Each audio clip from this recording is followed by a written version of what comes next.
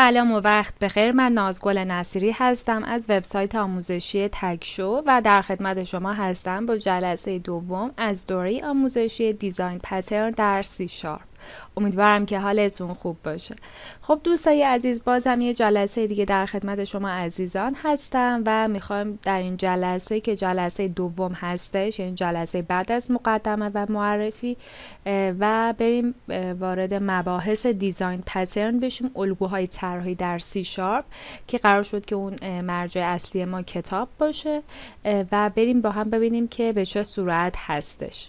خب در این جلسه میخوایم کلا یه مروری داشته باشیم بر الگوهای طراحی یا همون الگوهای طراحی، همون 23 تا الگو که در رابطه با گنگ آف فور هستش. خب بخوام یه مقدمه‌ای بگم و یه مرور کوتاهی داشته باشم روی کلا تاریخچه این دیزاین پترن ها، به این صورت هستش که خب در اوایل دوره توسعه نرم افزار هر کسی خب سبک خودشو داشت. مهندسان با یه مشکل اصلی مواجه بودن. اون مشکلشون چی بود؟ اینکه هیچ استانداردی برای یادگیری چطوری اینکه برنامه نویسی بکنه اصلا وجود نداشت.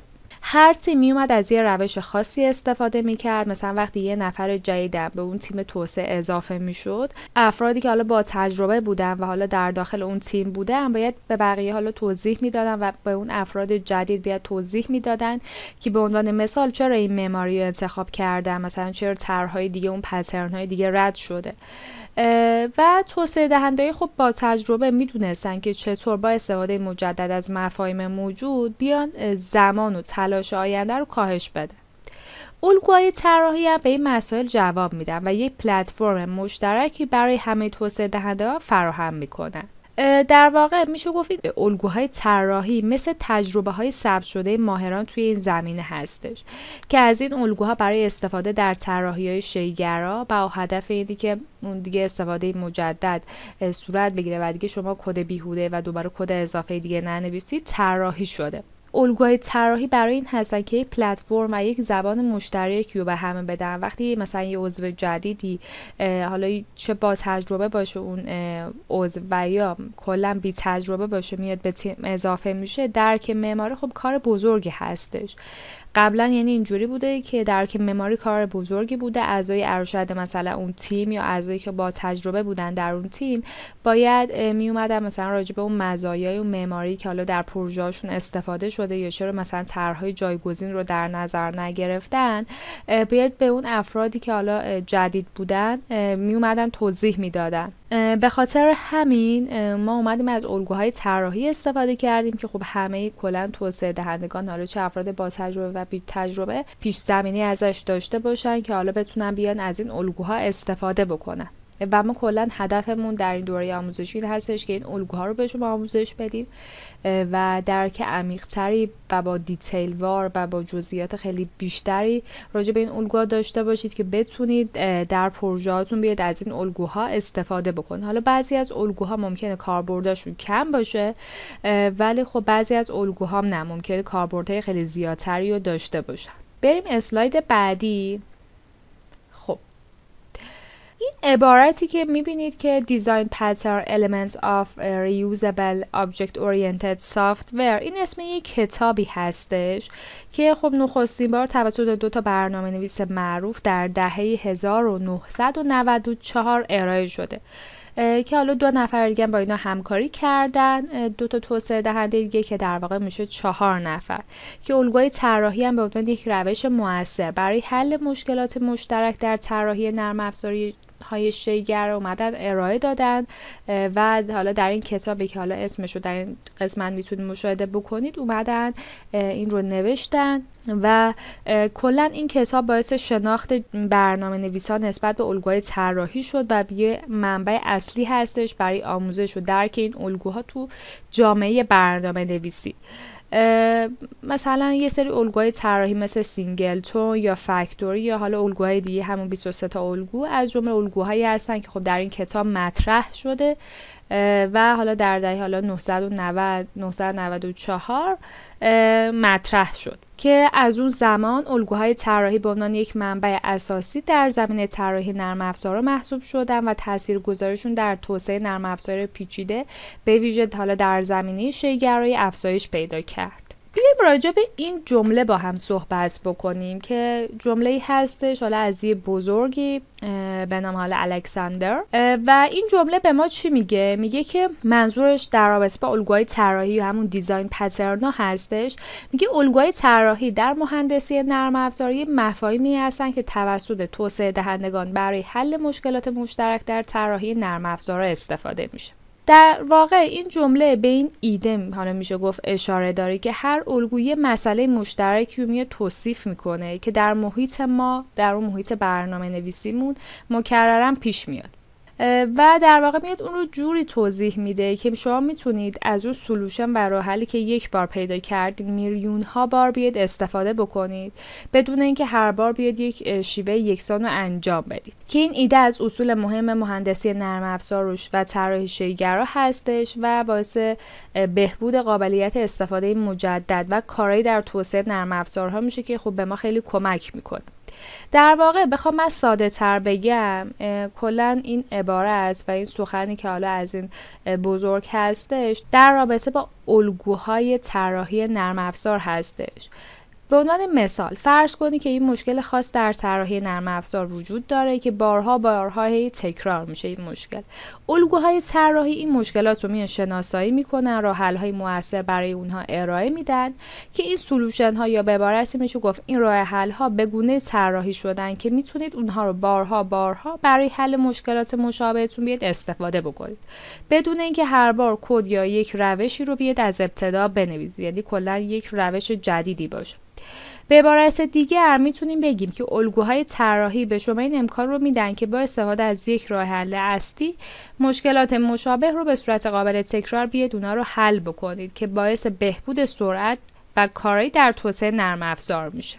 بریم اسلاید بعدی ببینیم که راجع به چی میخوایم صحبت بکنیم. در اینجا 3 تا میشه گفت خلاصه ای از باز همین الگوهای طراحی رو من برای شما در این قسمت آوردم که کلا بخوام حالا به صورت خلاصه وار بگم الگوی طراحی یعنی یک جور راه حل عالی برای حل مشکلات معمول در برنامه نویسی هستش که خب وقتی داری یه برنامه رو می‌نویسید خیلی وقتا با مشکلات مشابه شما میاد روبرو میشید. حالا تصور کنید که خیلی وقتا با یه مشکلات مشابه روبرو میشید، بعد بخواید هر سری راجع به اون مشکلات فکر بکنید و دوباره یه سولوشن و راه حل‌های جدیدی رو داشته باشید، ولی میتونید با استفاده از این الگوهای طراحی یه سری حالا نکات و دستورالعمل‌هایی هستن که شما میتونید اونها رو به کار ببرید و دیگه مثلا کد اضافه تری رو ننویسید که در واقع الگوی طراحی برای حل مشکلات شما هستن که خب مسلماً چند بار تست شدن و میتونید خب به اونا اعتماد بکنید.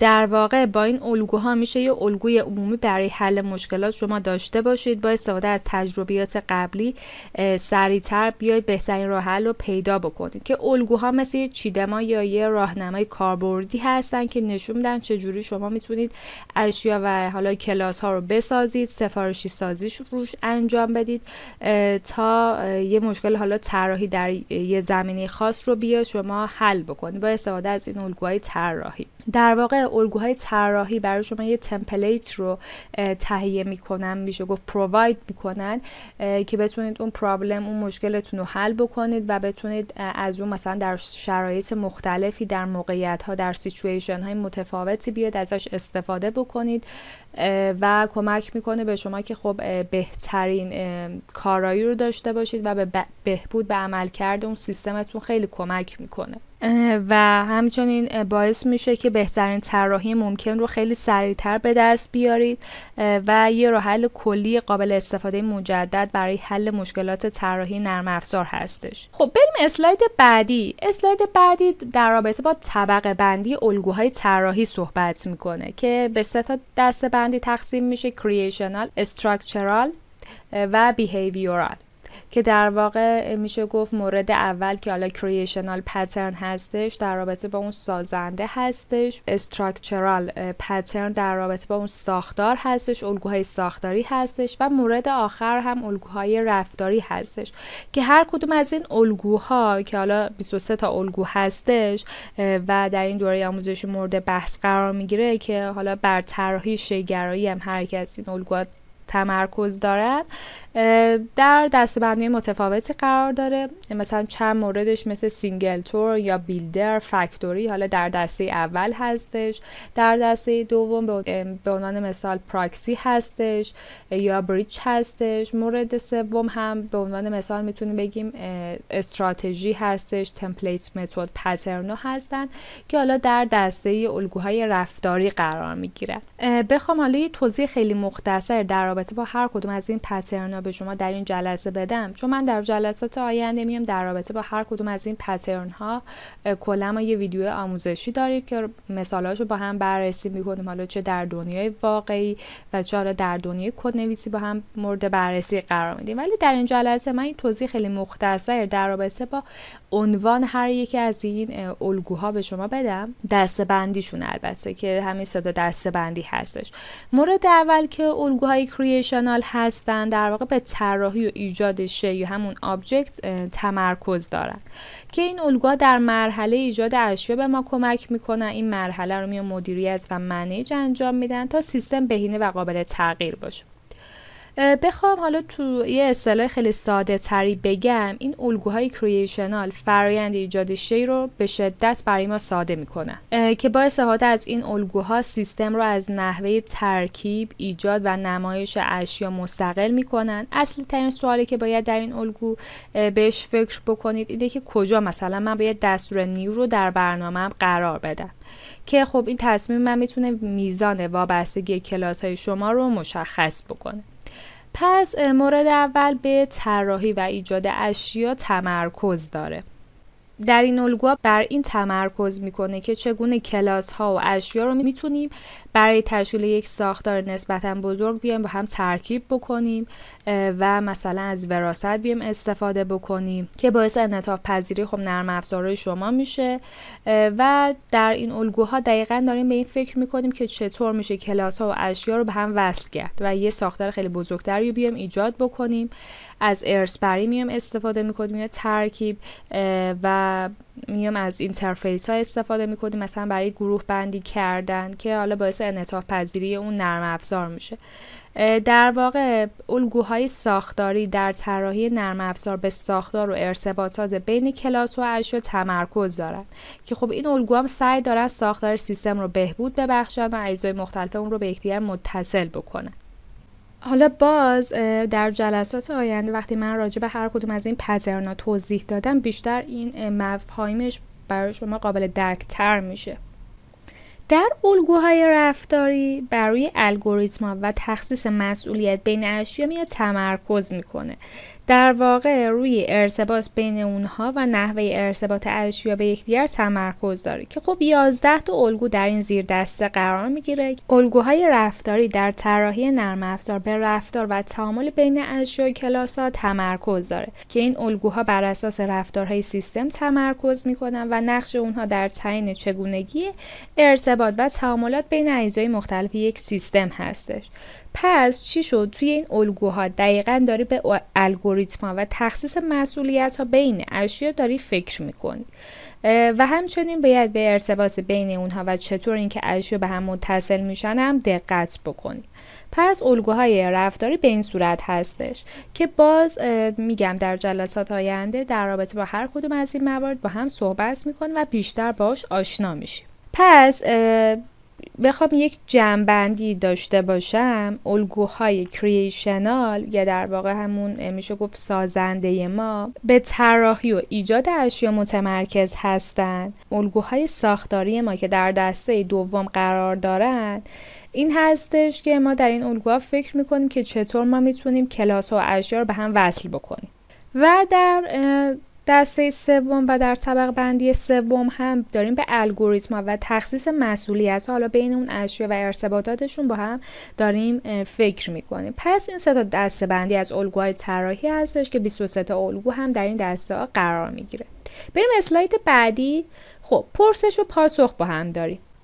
سوال اول چی میگه؟ سوال اول در رابطه با تفاوت بین الگوهای کلاس و الگوهای شی ها هستش، یعنی اون تفاوتی که بین کلاس پترن ها و آبجکت پترن ها وجود داره. در واقع در رابطه با الگوهای کلاس یا کلاس پترن ها بیشتر روی ارتباطات حالا ثابت یا استاتیک تمرکز داره، ولی اون آبجکت پترن ها میتونه به ارتباطات پویا متمرکز بشن و به روابط پویا تمرکز دارن. در واقع در الگوهای کلاس بیشتر روی کلاس ها و زیر کلاس ها ما تمرکز داریم، ولی در رابطه با الگوهای اشیا بیشتر روی ارتباطات یک شی ما میایم تمرکز میکنیم. سوال بعدی این هستش که آیا من میتونم 2 یا چند تا الگو رو در یک برنامه ترکیب بکنم؟ بله، در سناریوهای حال دنیای واقعی این نوع فعالیت به عبارتی میشه گفت خیلی رایج هستش و میشه استفاده کرد. سوال بعدی چی هستش؟ سوال بعدی این هستش که آیا این الگوها به زبان برنامه‌نویسی خاصی بستگی داره؟ خب بیام راجع به صحبت بکنیم. زبان‌های برنامه‌نویسی خب همونطور که میتونین نقش خیلی مهمی رو میتونن برای ما ایفا بکنن، اما ایده هاشون یکسان هستش. الگوها در واقع یه جور میشه گفت روش هایی هستن که از قبل به شما ایده میدن که چجوری میتونید یه مشکل رو بیاید حل بکنید. که خب در این دوره آموزشی من میام راجع به این تمام این الگوها صحبت میکنم، همچنین مثالاشو با هم بررسی میکنیم و راجع به مفاهیمش هم آشنا میشیم که حالا اگر شما ممکنه به زبان برنامه‌نویسی دیگه مسلط باشید مثل پایتون یا PHP یا حالا موارد دیگه، باز همین دوره آموزشی میتونه کمکتون بکنه، ولی نه حالا به صورت 100%، چون بر روی C# ما تمرکز میکنیم، ولی خب میتونید با مفاهیم این الگوها آشنا بشید. سوال بعدی چی میگه؟ سوال بعدی میگه که آیا ما باید ساختارهای داده مثلا آرایه ها یا لیست های پیوندی را به عنوان الگوهای طراحی بیایم در نظر بگیریم؟ راستش رو بخوای اونهایی که حالا اون الگوهای طراحی اومدن برای ما ابداع کردن این موارد رو به عنوان الگوهای طراحی حساب نکردن، چون این ساختارها به عنوان چیزهایی که نیاز به طراحی و طراحی خاص و پیچیده برای یک برنامه یا زیر سیستم باشه ندارن و خب در نظرم نگرفته شدن. در واقع میشه اونها رو مستقیما بیایم در کلاس ها پیاده سازی بکنیم و به همون شکلی که اصلا بیایم دوباره اونها رو بیایم استفاده بکنیم. پس در واقع من در این کتاب به این آرایه ها و لیست ها اینا نمی پردازم، چون اینا الگوهای طراحی ما نیستن و در واقع دغدغه ما هم نیستن. میگه اگه اون الگوی خاص 100% مناسب اون مشکل و اون مسئله‌تون نباشه ما باید چی کار بکنیم؟ خب بخوام اینجوری بگم، الگوها یه جورایی مثل ابزارهای جبر ابزارن. ممکنه هر مشکلی که دارید یه جورایی منحصر به فرد باشه و الگوی دقیقی براش وجود نداشته باشه، اما اگر الگوهای متداول و اون مزایا و معایبشون رو بشناسید میتونید اون الگویی که خب نزدیکتر به اون مشکلتون هست رو بیاد انتخاب بکنید و بیاد با استفاده از اون الگو بیاد اون مسئله‌تون رو بیاد حل بکنید. خب بریم اسلاید بعدی. اسلاید بعدی در رابطه با کلاس پترن ها و آبجکت پترن ها صحبت میکنیم که خب من حالا در اسلاید قبلی هم راجع به هر کدوم از این موارد توضیح خیلی مختصری دارم. خب این 3 تا طبقه بندی الگوی طراحی رو در این قسمت مشاهده میکنید که خب من اگه بخوام از ابتدا بگم در رابطه با کلاس پترن ابتدا صحبت میکنیم، بعد آبجکت پترن که راجع به کریشنال پترن بخوایم صحبت بکنیم این هستش که میگه شما میتونید ایجاد شی رو به زیر کلاساش بیاد موکول بکنید و بر اساس اونها بیان این اشیا ایجاد بشن. دسته دوم که استراکچرال هستش که همون ساختاری هستش، در واقع میگه که تمرکز بر ترکیب کلاس ها داره که خب از مفهوم وراثت میاد در درجه اول میاد استفاده میکنه. و مورد سوم که حالا الگوهای رفتاری هستن، میان الگوریتم ها جریان های اجرا رو میان توصیف میکنن و میان از مکانیزم وراثت هم میان این طبقه بندی میاد استفاده میکنه. خب راجع به آبجکت پترن هایی که بخوایم توضیح بدیم، ایجاد شی رو میاد به یه شی دیگری موکول میکنه. در آبجکت پترن ها در کلاس پترن میومد به ساب کلاس هاش موکول میکرد، ولی اینجا به یه شی دیگه به another آبجکت دیگری میاد موکول میکنه. و دسته‌بندی دوم که تمرکز داره بر ترکیب اشیا آبجکت ها و در واقع مورد سوم که رفتاری هستش و حالا در رابطه با آبجکت پترن هم صحبت بکنیم، توضیح میده که خب چگونه اشیاء مختلف با هم برای تکمیل یک کار بیان با هم کار بکنن، که یه دسته‌بندی هستش از کلاس پترن و آبجکت پترن که باز من دوباره بهش اشاره میکنم که تفاوت بین این دوتا چی هستش. توی الگوهای کلاس بر روی کلاس ها و زیر کلاس ها تمرکز داره، ولی الگوهای شی یا آبجکت برای روابط بین شی تمرکز داره و میتونه بر روابط پویا در واقع میتونه تمرکز کنه، ولی خب اون بر روی روابط ثابت میتونه تمرکز بکنه، الگوهای کلاس. خب دوستای عزیز، این بود از این قسمت از دوره آموزشی ما در رابطه با الگوهای طراحی که امیدوارم مورد قبول و رضایت شما عزیزان واقع شده باشه. اگر ویدیوی ما رو در یوتیوب مشاهده میکنید حتما ما رو سابسکرایب کنید و حالا منتظر ویدیوهای جدید ما باشید. شاد و سرزنده باشید. خدا نگهدار.